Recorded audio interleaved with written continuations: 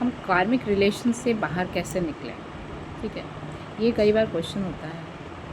कार्मिक रिलेशन, इससे पहले मैं समझा चुकी हूँ कि क्या होता है, कि जहाँ आपका कर्म बंधन है।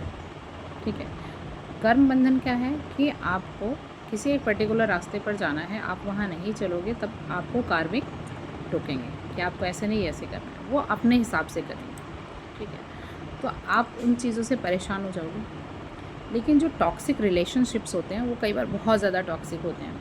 तो लोग सोचते हैं ज़्यादातर, स्पेशली मैरिजेस के केस में, कि हम डिवोर्स ले लेते हैं। तो डिवोर्स क्या सच में सॉल्यूशन है?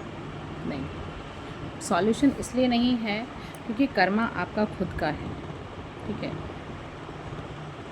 यहाँ पर सबसे पहले आपको ये समझना है कि कर्मा जब तक हील नहीं होगा, अगर कोई इंसान डिवोर्स लेकर आगे चला भी जाता है, उसको बिलीव मी दोबारा बिल्कुल वैसा ही इंसान, वही एनवायरनमेंट बिल्कुल रिपीटेड फॉर्म में मिलता है, जब तक उसका खुद का कर्मा हील नहीं हो जाता। अगर कर्मा हील हो गया है तो यही इंसान बदल जाएगा, और अगर हील नहीं हुआ कर्मा तो डिवोर्स के बाद भी आपको सेम एनवायरनमेंट, जिस चीज़ के से आप परेशान थे, बिल्कुल वही चीज़ें आपकी लाइफ में दोबारा आएंगी, बस शक्लें चेंज हो जाएंगी और कुछ नहीं होगा। तो सबसे पहले यहाँ पे किसी भी टॉक्सिक रिलेशन को हील करने का तरीका मेडिटेशन में है। इसका तरीका आपको फिज़िकली नहीं मिलेगा। सबसे पहली बात तो इसमें मेडिटेशन, वो भी ऐसा मेडिटेशन जिसमें आपको समझना है अपने आप के साथ, खुद के साथ बैठकर, कि प्रॉब्लम कहाँ पर है, क्या है, मैंने क्या गलती की है और मुझे किस दिशा में जाना है। जहाँ आपको वो दिशा मिल गई तो आपका रिलेशनशिप वहीं से सही होना शुरू हो जाएगा। अब कार्मिक रिलेशंस कई तरीके के हो सकते हैं, सिर्फ मैरिजेस ही नहीं, बहुत सारे रिलेशंस हमारे दुनिया में जितने भी रिलेशंस हैं, मम्मी के साथ, पापा के साथ, भाई बहन, किथ एंड किन्स एंड ऑल, ठीक है, फ्रेंड्स। तो कार्मिक रिलेशंस बहुत सारे होते हैं, लेकिन सबसे ज़्यादा पेनफुल होता है जब कोई टॉक्सिक मैरिज में।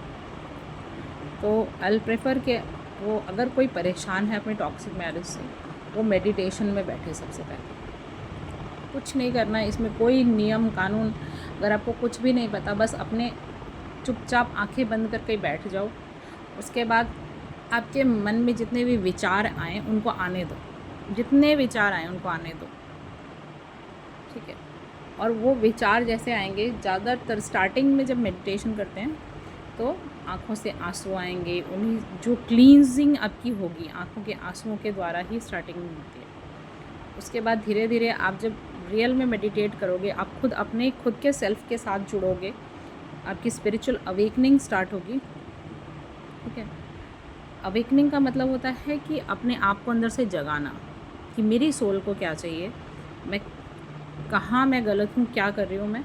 तो ये चीज़ जब आप अपने आप से पूछोगे, वहीं से आपको आंसर मिलना शुरू होगा। वैसे प्रोसेस बहुत सारे हैं मेडिटेशन के, अगर आप मुझसे कांटेक्ट करना चाहते हैं, मैं आपको नंबर नीचे दे दूँगी, मैं आपको मेडिटेशन का फुल प्रोसेस मैं आपको बता दूँगी। ठीक है, लेकिन सबसे पहले अपने आप के साथ बैठो, खुद मेडिटेट करने बैठो।